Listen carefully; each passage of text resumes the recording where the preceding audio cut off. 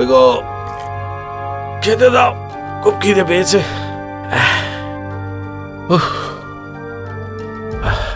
এ নাও। কি হলো? শুধু ভাত, ডাল তরকারি কিচ্ছু নেই? বলি তরকারিটা জুটবে কোত্থেকে? আমাদের এত ভালো ধান হয়েছিল, কিন্তু ফসল ফলার আগে শোষক পোকা সব ধান নষ্ট করে দিল। সত্যি গো, শোষক পোকা আমাদের সব ধান নষ্ট করে দিল।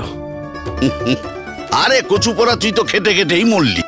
শোন, পুরো ধানের দু একটা শীষ বেরোবার সময় একবার এক্সট্রা ব্যবহার করলেই শোষক পোকার খেল হবে খতম।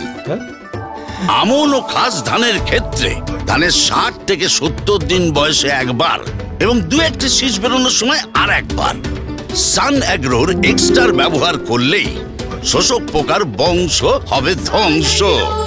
ধানের ফসলে আর নেই শোষকের ভয়। সান অ্যাগ্রোর এক্সট্রা আনবে ফসলের জয়।